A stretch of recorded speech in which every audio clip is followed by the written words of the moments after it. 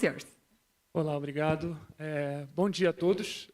Bom dia para quem está assistindo pelo YouTube, para quem está assistindo pelo Instagram, que está ali. Quem quiser dar um alô para o Instagram, está sempre desse lado. O Brasil é, hoje, o centro do mundo nas discussões sobre defesa e promoção da integridade da informação climática. No fim do ano passado, eu e muitos de vocês que estão aqui presentes, estivemos no lançamento da Iniciativa Global para a Integridade da Informação Climática, liderada pelo Brasil, em parceria com as Nações Unidas e a Unesco, durante o encontro do G20, no Rio de Janeiro.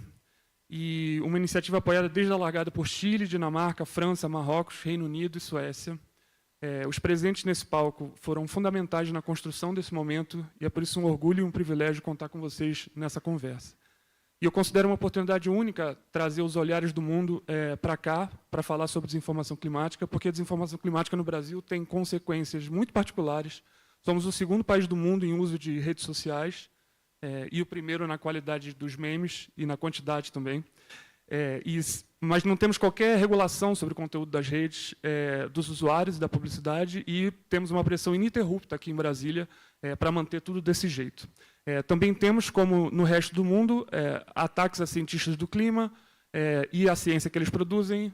Também temos um ecossistema de mentiras que atrasa a ação climática e age especialmente durante os eventos climáticos extremos. Também temos muito greenwashing aqui. Temos isso tudo, mas o Brasil também é o país onde a mentira coloca em risco a vida de quem defende a floresta e a terra com o próprio corpo. E o Brasil se torna protagonista no combate à desinformação climática. É o mesmo que precisa de soluções urgentes e bastante particulares para resolver esse problema. Essa é uma oportunidade que temos aqui na trilha para a COP30, no fim do ano, e é sobre o protagonismo brasileiro que vamos falar aqui hoje, e também o papel dos governos e da sociedade civil para que essa oportunidade não seja desperdiçada. E é por isso que eu faço a primeira pergunta para os panelistas. O Brasil assumiu um papel de liderança na iniciativa global pela integridade da informação sobre as mudanças do clima. Como a COP30 pode ser aproveitada para transformar essa iniciativa em ações e compromissos globais concretos? E é sobre isso que eu queria começar ouvindo a Charlotte Skedon, assessora sênior para a integridade da informação nas Nações Unidas. Bom dia.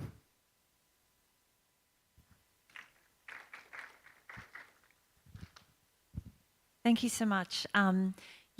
Muito obrigada. Sim, eu acho que já ouvimos dos nossos colegas da Unesco anteriormente em relação à iniciativa global que foi lançada em novembro com a liderança do Brasil, com as Nações Unidas e a Unesco e vários outros parceiros. Desde o lançamento, a resposta foi bastante única. Muitas pessoas viram um nível de interesse e apoio muito grande da sociedade civil, especialmente da parte acadêmica. Temos seis países atualmente, oficialmente entrando nessa iniciativa e muitos outros que foram convidados. Então, estamos muito felizes com essa participação. Mas o ponto dessa iniciativa é um exemplo muito animador em relação a todas as ações que nós precisamos em relação à integridade e o clima. Nós queremos fazer um financiamento desse tipo de iniciativa para conseguir entender o nosso ambiente melhor, para conseguir ter uma abordagem mais estratégica para a ação e conseguir responsabilização, ações, e particularmente porque ao avançar no Reino Unido e nas Nações Unidas, nós sabemos que tem várias pesquisas na maior parte do mundo quando se trata de esse tipo de abordagem da informação, integridade, e isso acontece muito em inglês.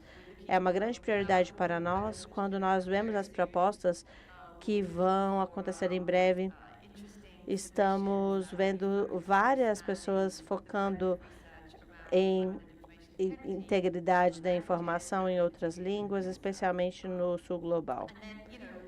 E uma vez que nós tivermos essa pesquisa e essa evidência, a pergunta é: o que nós precisamos fazer?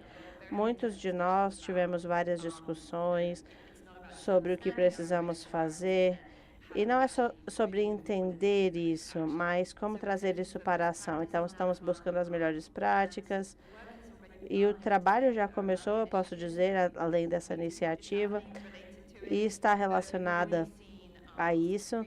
Já vimos várias iniciativas interessantes relacionadas a essa pesquisa e estamos também fazendo a nossa própria pesquisa. E para sermos mais eficazes em relação aos recursos limitados que nós não temos como gastar dinheiro e nem tempo com isso. Por isso que é muito importante pensar nesse ângulo.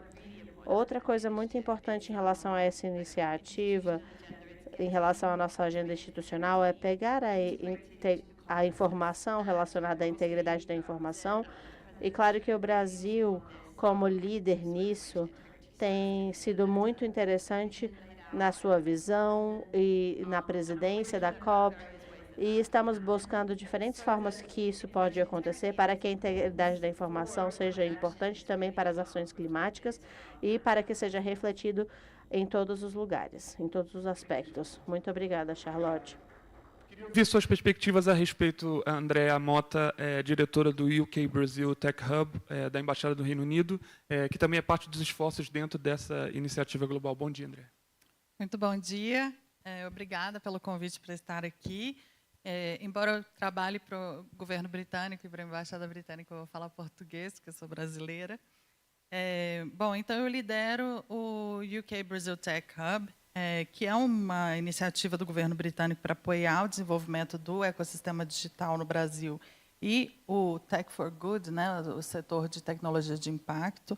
Então, quando o Brasil e a Unesco convidaram o Reino Unido para fazer parte da iniciativa global, o meu papel, o nosso papel aqui, né, no Brasil, foi engajar todos os atores relevantes dentro do governo britânico para a gente garantir que a gente tinha o nível certo de comprometimento, né, do governo britânico nessa agenda. A gente teve pouco tempo para articular, né? A gente tem que pensar que governos são grandes navios com muitas pessoas e muitas engrenagens funcionando ao mesmo tempo. Então isso demora um tempo para a gente engajar todos esses atores e realmente assegurar esse nível de comprometimento de high level, né, de alto nível. Mas eu e toda a equipe aqui no Brasil estávamos e estamos muito confiantes, né, porque a gente tem uma história muito forte de cooperação e de parceria entre o Reino Unido e o Brasil, principalmente na área de desenvolvimento digital. E aí eu quero falar três pontos que refletem um pouco esse aprendizado desse relacionamento do Reino Unido com o Brasil e como isso pode se refletir também em um modelo ou uma boa prática, né, para a gente ter comprometimentos efetivos na COP30. Então, eu quero falar de 3 níveis, né, 3 pontos que refletem 3 níveis de ação. Um primeiro em ação em nível nacional, né, da gente assegurar que as fundações estratégicas, que a política, que a gente tenha uma estratégia de desenvolvimento digital bem delimitada, desenhada, um trabalho nacional bem feito, né? Um segundo é encontrar e reforçar esse nível de cooperação bilateral, né, e minilateral, digamos, para a gente conseguir desenvolver os relacionamentos e as iniciativas práticas e não ficar só em uma discussão, né, e aí sim a gente conseguir atuar em nível multilateral com comprometimentos concretos na COP30. Então, expandindo um pouco esses pontos, né, o primeiro ponto de trabalhar essa estratégia a nível nacional, o Reino Unido ele tem uma estratégia de desenvolvimento digital que foi lançada em 2024, né, que prioriza a sustentabilidade digital, a transformação, a inclusão digital e a responsabilidade digital. Inclui a democracia digital. Então, isso é um exemplo prático de como que o Reino Unido vê o desenvolvimento digital através de uma lente mais holística, né, e entende que, para a gente ter uma democracia digital, responsabilidade digital, a gente precisa ter inclusão digital, principalmente incluir aqueles 2,6 bilhões de pessoas no mundo que estão sem acesso à internet. E sem essa democracia digital, sem inclusão digital, a gente, sem essas, né, habilidades digitais que não só ajudam as pessoas a acessar os benefícios do ecossistema digital, mas também protegem essas pessoas de vulnerabilidades, especialmente contra a desinformação né, desinformação climática, inclusive. Então, essa visão holística, ela guia a nossa cooperação bilateral, que é o meu segundo ponto. Então, essa cooperação bilateral com o Brasil, que é guiada por essa estratégia nacional muito delimitada, ela faz com que a gente tenha a liberdade de cocriar projetos, e especialmente cocriar projetos que respondem às necessidades específicas do Brasil, né? Então, a gente não está trazendo nada que é aplicável só no Reino Unido e que não pode ser traduzido para a realidade brasileira, que é muito diferente, né, da realidade britânica. Então, a gente cocria e trabalha muito em proximidade com o governo e com a sociedade civil para criar as iniciativas específicas que vão ser criadas a partir também dessa, e que vão ajudar, né, a nossa cooperação dentro da iniciativa global. Alguns desses projetos, sei que meu tempo está acabando aqui, mas concluindo, alguns desses projetos, a gente tem projetos de ajudar o Brasil a criar uma rede de integridade da informação para climática, né, que vai unir a sociedade civil, a academia, a mídia, para criar uma estrutura que é replicável dentro da COP30. Então, a gente ajudando o Brasil a criar essa rede, a gente também ajuda a fortalecer essa iniciativa, né? A criação de uma iniciativa também proposta pela SECOM e conjunto com a Reporters Without Borders, que também vai ajudar a criar redes jornalísticas, que vai engajar também o setor publicitário para a gente criar modelos mais sustentáveis, né, de publicidade e de jornalismo, e um modelo mais sustentável de comunicação. Então, a gente também trabalhando essas iniciativas em conjunto, o governo brasileiro, britânico e o Repórteres Sem Fronteiras. E também empoderar os ecossistemas de mídia, principalmente aqueles que são liderados por pessoas menos representadas nesse ecossistema, né, e que geralmente têm mais dificuldade de captar recursos. Então, a gente trabalhando projetos de empoderamento desse ecossistema de mídias, principalmente aqueles liderados por mulheres, pessoas negras e indígenas, né, porque quando a gente está falando também de uma diversidade dentro desse ecossistema de mídia, a gente tem que pensar em todos os problemas e as vulnerabilidades que a gente tem desse ecossistema, né, principalmente as questões de machismo, racismo e todas as nossas camadas de exclusão que a gente tem aqui. Bom, acho que vou avançando depois na discussão. Muito obrigado, Andréa. Queria ouvir também o Jake, que esteve comigo no lançamento da Iniciativa Global no fim do ano passado, no Rio de Janeiro, oportunidade em que fez, inclusive, uma coleção rica de exemplos de greenwashing de empresas de petróleo nas placas publicitárias da cidade, e tem acompanhado de perto o assunto também. Bom dia. Good morning, Jake. Olá, bom dia, obrigada a todos que estão aqui conosco.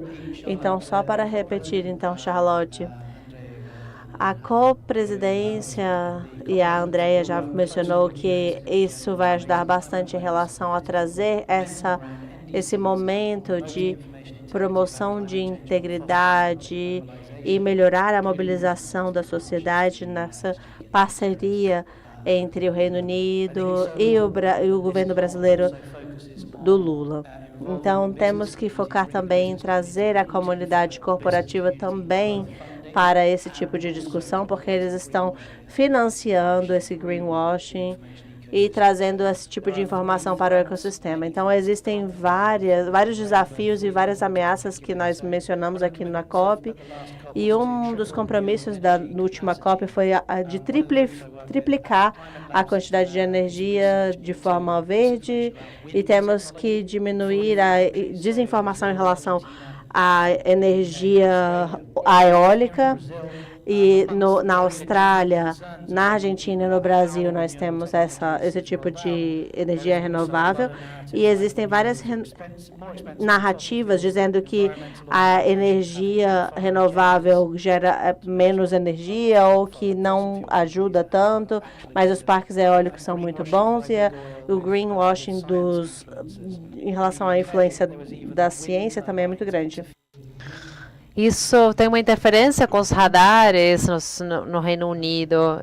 Esse é o nível. A segunda ameaça da qual eu queria falar é a ameaça à informação e à mobilização nacional.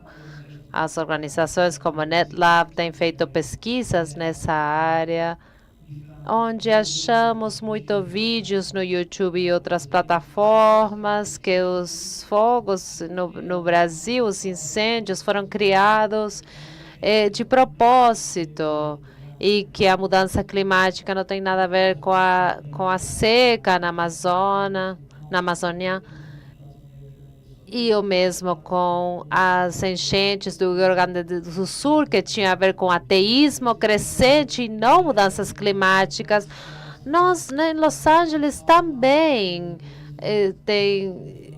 e em Valência também, motivos semelhantes foram dados como causantes das enchentes ou as secas. Esse é um modelo econômico. Isso está fazendo dinheiro para as plataformas tecnológicas e também para os criadores de conteúdo, e vamos falar sobre isso mais na frente. Gostaria de mencionar a última ameaça, que é uma economia global mais ampla. Nas COPs temos muito trabalho para fazer para trazer financiamento àqueles afetados para mitigação e adaptação, mas os problemas estão sendo exacerbados pelo adiamento da ação climática. As seções da economia fora de combustíveis fósseis que ou não existem ou estão produzindo coisas que são caras demais para as pessoas comprarem. Por exemplo, o cacau, estão fazendo com que o chocolate aumente de preço no Reino Unido, que agora é 16% mais caro do ano passado. O café também passou a $7 de um. Os tomates também têm tido um aumento. Até roupas. American Eagle tem tido um colapso das ações porque as pessoas não estão comprando roupa de abrigo. Isso tem efeitos na economia fora da economia dos combustíveis fósseis. Isso vai ter um impacto disruptivo nas economias na América Latina, no Brasil e no mundo inteiro, e isso precisa estar no centro. Gostaria de comentar também que ouvimos, claro, sobre o governo brasileiro, da integridade da informação, que será realmente um tema-chave na COP, e precisamos disso. Eu encorajo que essa seja a conversa em volta aos incentivos à monetização desse problema, e vou voltar a isso um pouco mais na frente. A ação, a adopção da iniciativa global para a integridade da informação é uma ação bem concreta e claro que isso precisa estar no centro, precisa ser expandida, e o compromisso à integridade da informação no texto final para que os países se comprometam com essa catástrofe que estamos enfrentando. Isso será vital para essa COP. E finalmente gostaria de fazer eco do que o Imran e a Thaís falaram. As minhas crianças, meus filhos têm 13 e 16 anos e eu estou indo embora porque eu quero falar para eles o que eu fiz até 2030, algum dia. Obrigada. Obrigado, thank you, Cenk.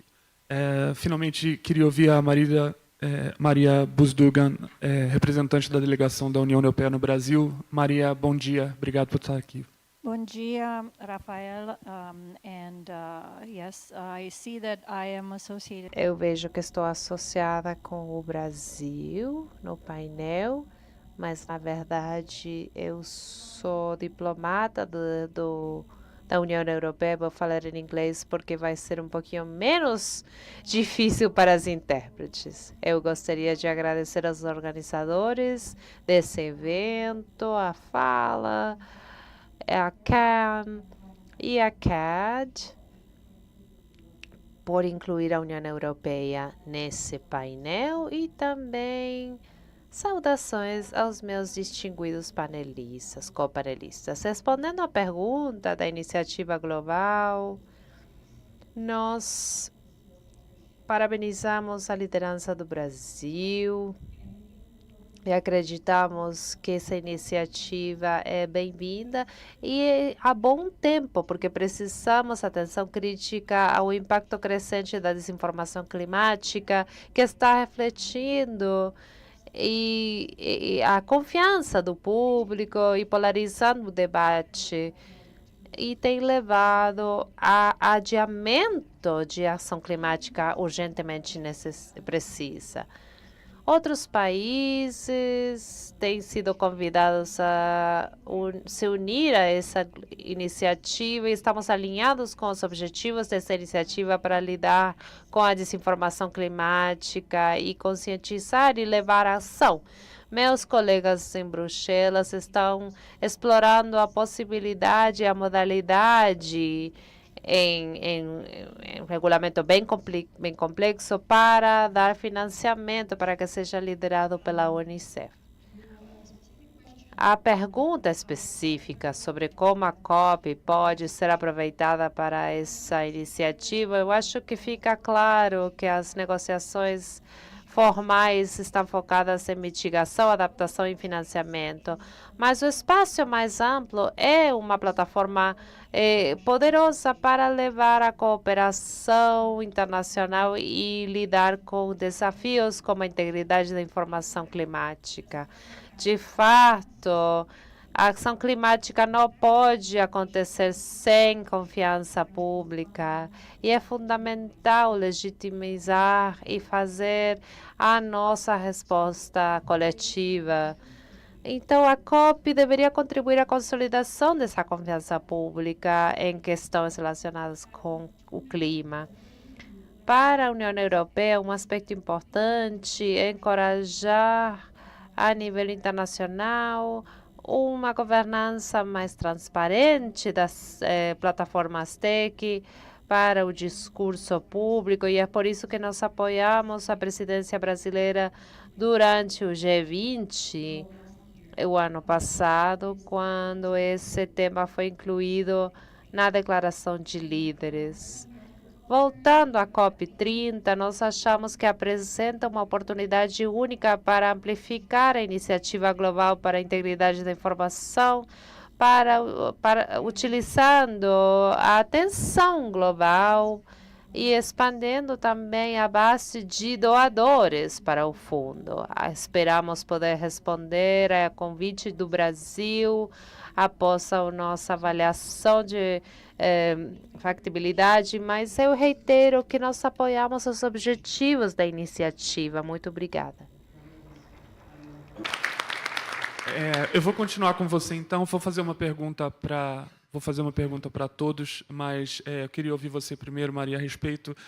Quais são os desafios mais significativos no combate à natureza multifacetada da desinformação climática e quais soluções colaborativas podem ser implementadas por governos e pela sociedade civil? Maria, obrigado. Sim, bom, I'm back to English, sorry. A desinformação climática coloca muitos desafios, como vocês sabem, porque leva ao adiamento da ação climática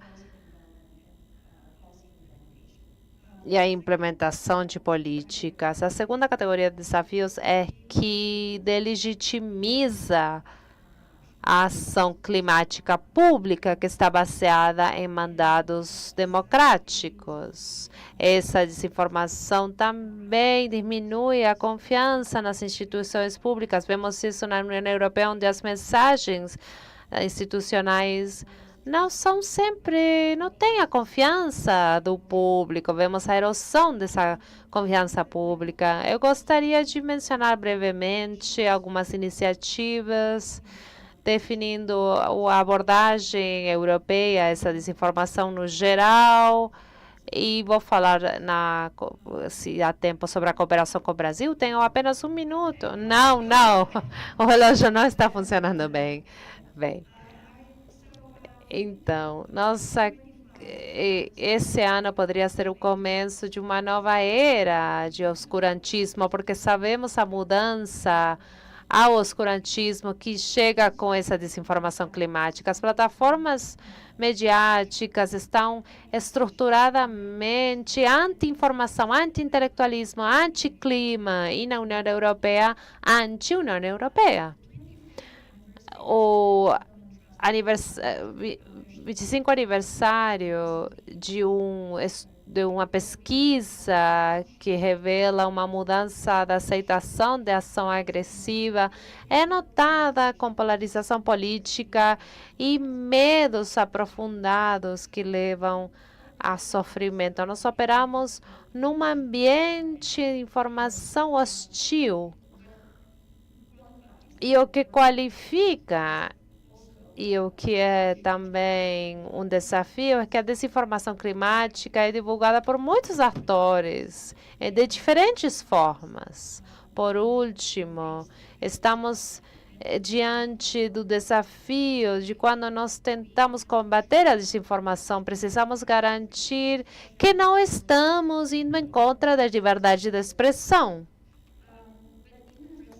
Mas, lidando com essa desinformação, a União Europeia tem uma guia de comunicação. Vou falar sobre a última, mas se há tempo, acho que não, vou falar sobre a primeira. O mais importante para mim é como lidamos com a desinformação no geral, desinformação climática. Durante anos, ações legais foram tomadas por membros da União Europeia e até recentemente, adoptamos uma regulação, o DSE de serviços, a Lei de Serviços, que introduz obrigações legais. E com essas obrigações, há também responsabilidades ao incumprimento dessas obrigações. Um dos objetivos disso aqui era proporcionar um ambiente online que fosse confiável. A DSE não tem uma definição legal de desinformação, porém, proporciona de duas formas de combater a desinformação. Falando que o conteúdo é ilegal e esse conteúdo ilegal, a obrigação relacionada com ele é aplicável a todas as entidades intermediárias online. Todas deveriam remover esse conteúdo se fosse sentenciado, se fosse falado pelo juiz.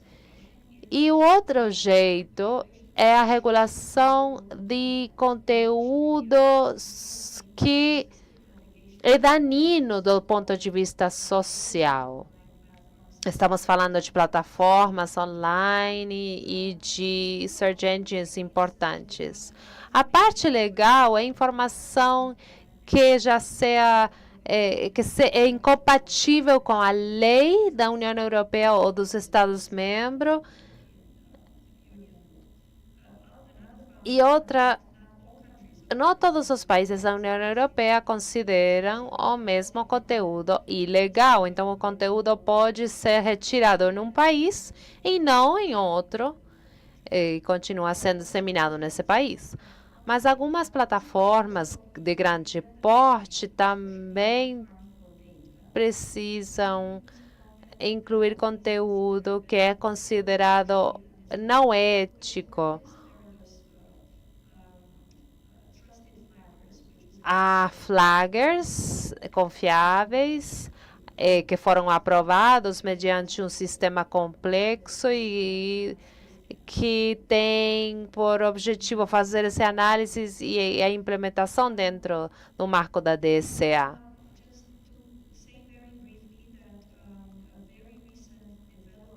Um desenvolvimento recente, no 12 de fevereiro desse ano, a União Europeia incluiu o código de prática na DCA, e esse código de prática foi assinado por plataformas como Google, Meta, Microsoft. Então, todos foram parte desse código voluntário, mas agora é obrigatório. E esse código de prática colocará realmente um marco para o cumprimento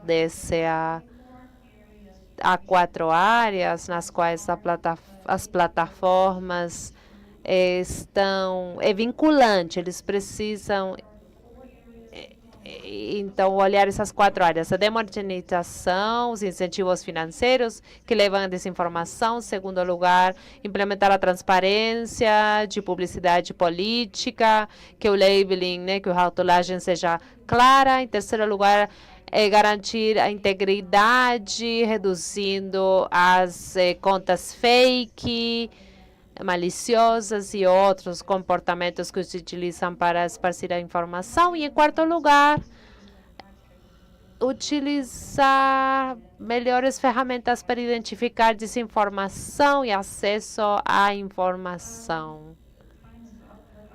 Eu gostaria de falar muito brevemente sobre a nossa cooperação com o Brasil. Nesse quesito, no Reino Unido, estamos seguindo as iniciativas legais no Congresso, a Corte Suprema, o análise da constitucionalidade do artigo 19 do Marco Legal Civil.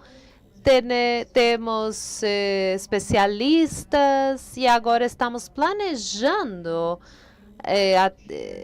compartilhar a experiência da União Europeia na implementação da DSA com o Brasil, porque nós sempre ouvimos de plataformas que não podem ser reguladas porque são muito fortes, mas acho que temos provado que sim é possível regulá-las e que tem que continuar tentando. Estamos prestos a continuarmos a compartilhar a nossa experiência com o Brasil e outros países que estejam interessados, especialmente no que diz respeito à desinformação climática. Acho que podemos aprender uns dos outros. Muito obrigada.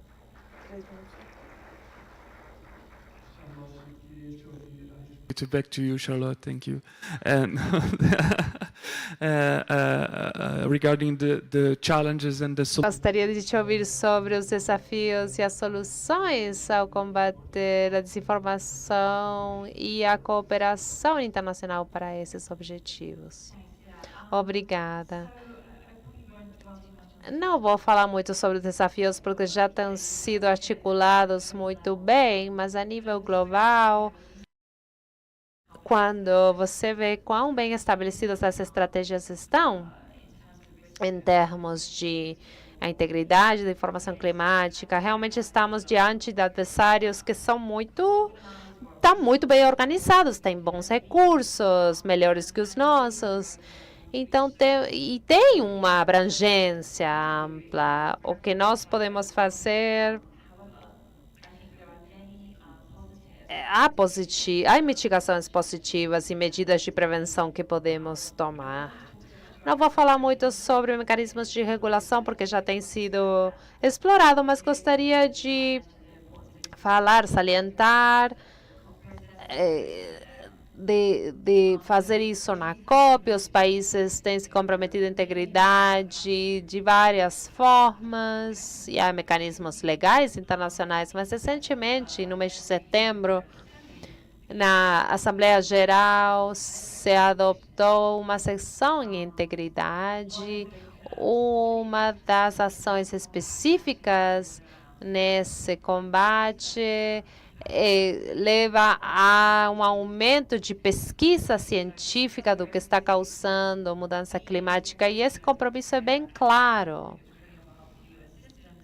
nos Estados Unidos, a princípios, foram lançados princípios no mês de junho do ano passado como ferramenta de pesquisa para ajudar aos estados a combater a desinformação. Já é uma ferramenta de incidência para a sociedade civil, para aumentar a ação e também para os estados e a regulação.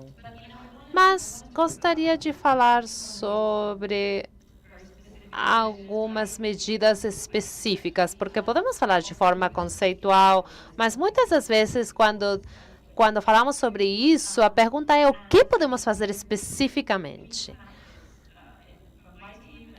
Meu time e nas Nações Unidas, eu não sou uma especialista de clima, mas uma oportunidade que nós temos é de evitar tomar um lado. Nós podemos aprender da experiência daqueles que trabalham na integridade relacionado com paz, ou com eleições, ou com outras questões, ou outros assuntos que levam a conflito. Podemos aprender nesses diversos espaços e logo aplicar essa informação para lidar especificamente com os riscos da desinformação climática. Em todas as discussões das quais eu participo, há muitas áreas comuns, mais do que diferenças.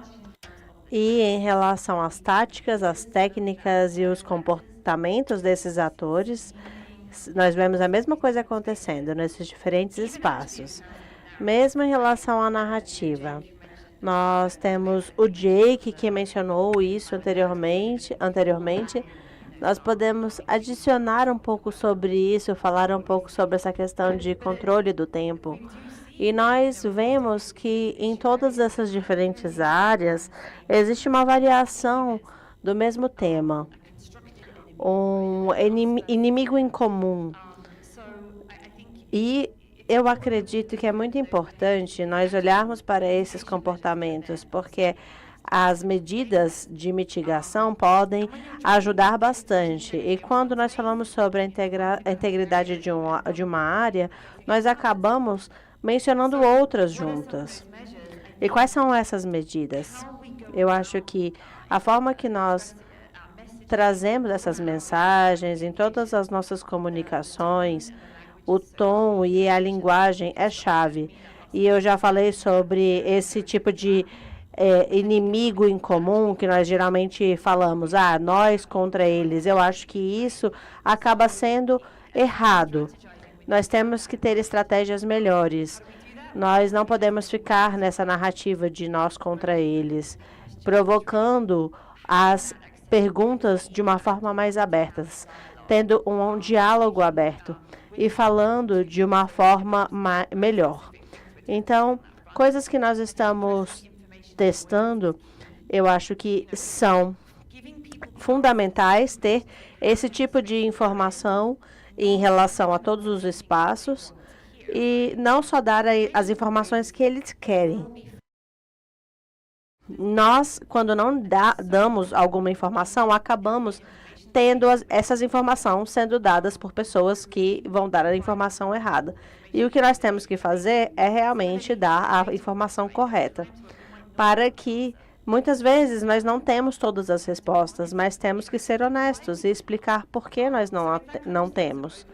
Então, eu acho que essa honestidade é a chave.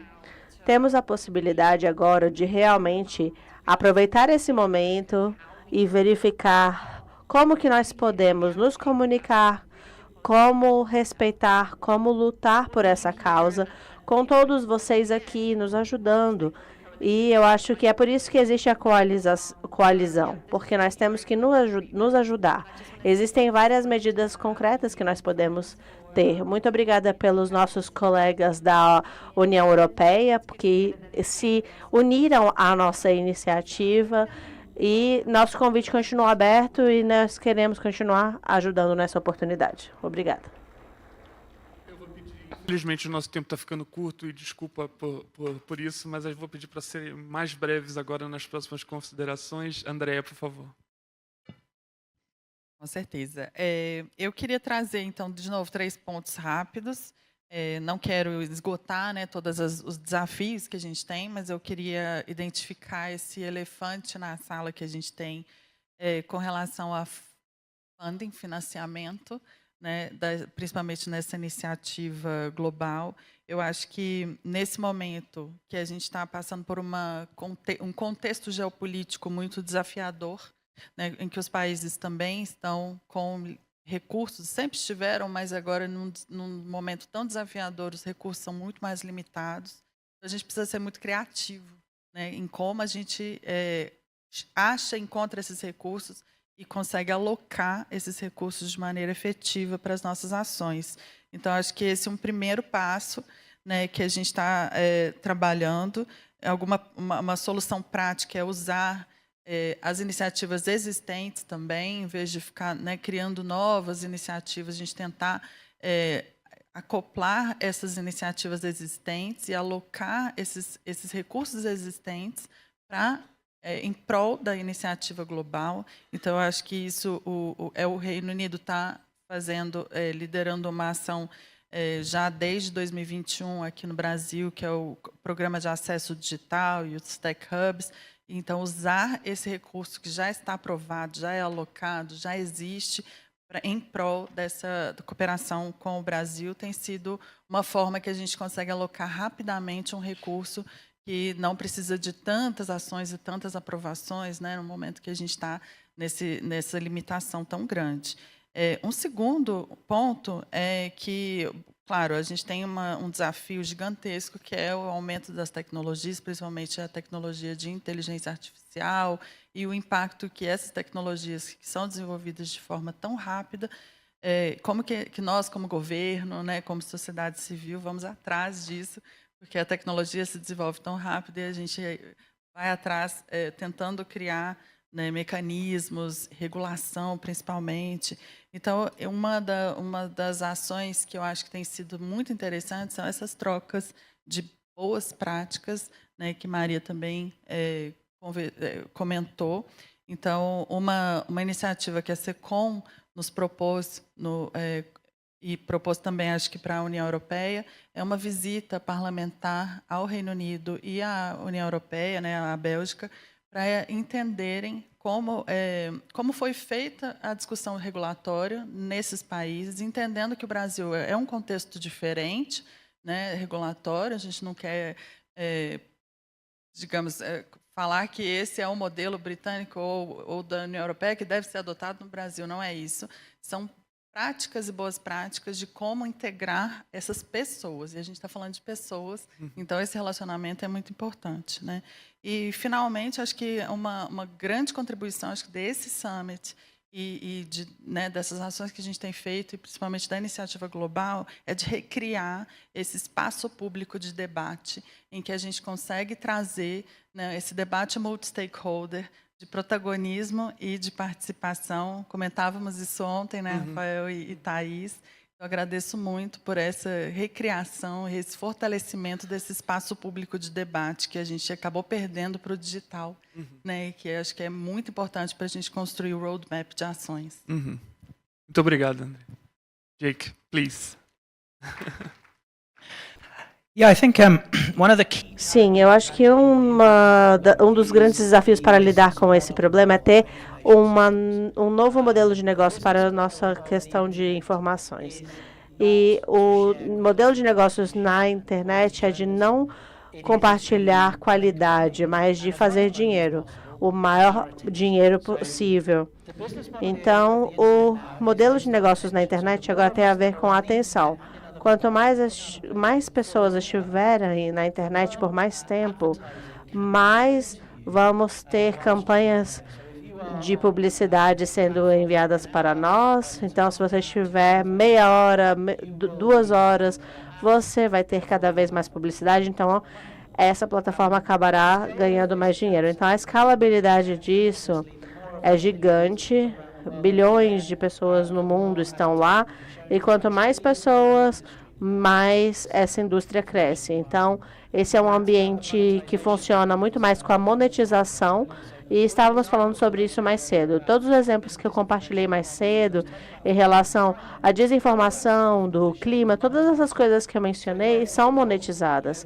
Então, o problema do consumo desse tipo de conteúdo, não importa se você está lá por mais ou menos tempo, mas você pode estar olhando para vários tipos de vídeos mostrando violência ou auto-infligimento de violência. Então, o mais importante para eles é ganhar dinheiro, não importa o que eles estão mostrando. E esse sistema é muito opaco.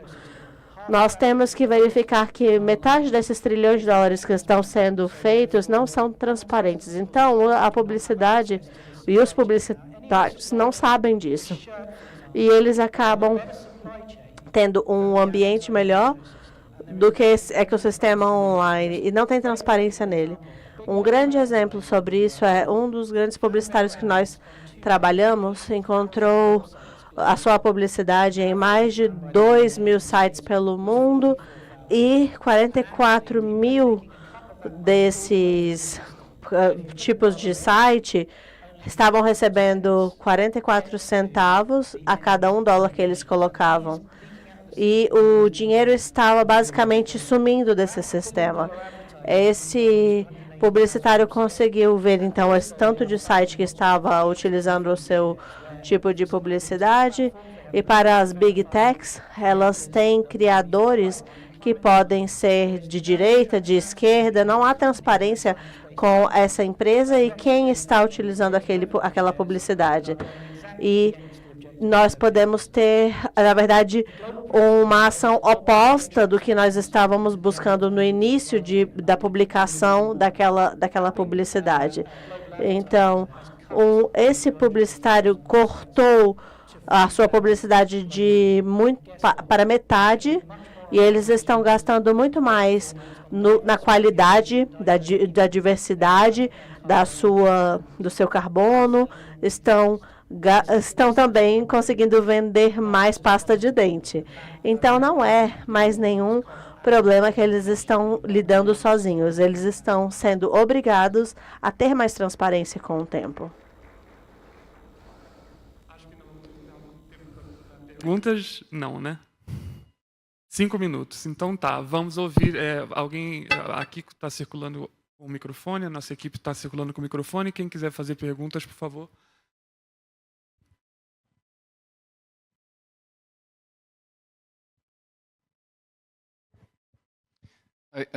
So some of you have talked about Alguns de vocês falaram sobre a comunicação e algumas das coisas que nós vimos em relação a esses desafios, falando sobre como falar com as pessoas. Esse tipo de desinformação é entregue pelas pessoas, pelos economistas, pelos gestores, etc. E nós não vemos isso. Em todos os sites que eu vou, mencionam que a mudança climática, eles falam de uma forma técnica, eles falam para nós. E nós já estamos convertidos, nós não precisamos entender como funciona, nós precisamos saber, sim, quais são os desafios que nós precisamos enfrentar. Então, às vezes, nós acabamos indo pela tangente e não indo de forma profunda. Eu posso falar com você. Bom, um dos grandes desafios é que realmente dentro do setor climático, muitas vezes nós acabamos ficando na nossa própria bolha. Eu concordo com você. Nós não falamos sobre os NDCs, não falamos sobre adaptação, mitigação, não falamos sobre a linguagem técnica do processo climático. Então, rapidamente, um dos projetos que nós trabalhamos são os ACT Labs, que são laboratórios que monitoram essas informações, essas desinformações. E, na verdade, nós entramos nas comunidades tentando entender o que é importante para eles, seu custo de vida, como eles vivem, qual é a sua religião, quais são os seus esportes. Nós temos que entender onde eles estão e qual é a mídia que eles consomem. Pode ser a televisão, o rádio ou mesmo podcasts. Existem vários tipos de mídia. Então, é importante que nós entendamos como que eles recebem essas informações para poder ajudá-los. Então, tem a ver como entregar essa mensagem na linguagem que eles podem apreciar e de uma forma que eles possam assimilar nas plataformas que eles consomem.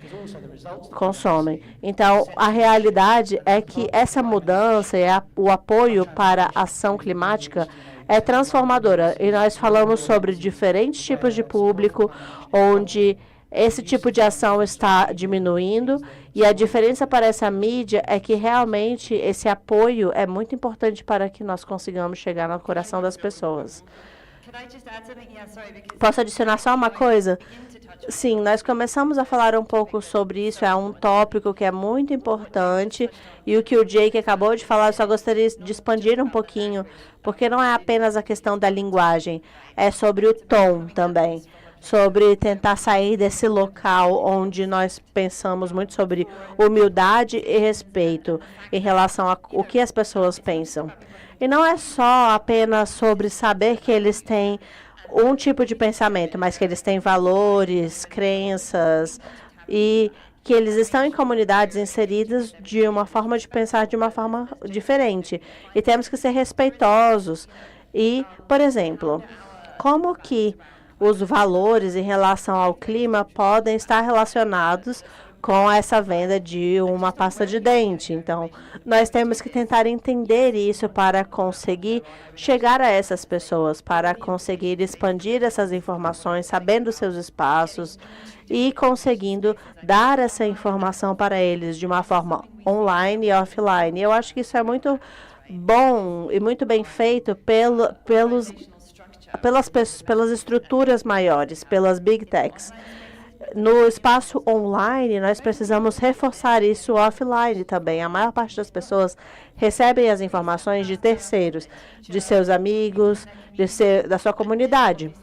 E, obviamente, essas indicações, essas recomendações são, às vezes, vistas através de uma mídia principal, ou do rádio, ou de qualquer outra mídia. E nós temos que verificar como que essas informações são compartilhadas, como elas se relacionam umas com as outras, para conseguir, de fato, chegar a essa comunidade. E o Jake mencionou sobre isso, é a localização. Nós temos visto tanto que isso é importante.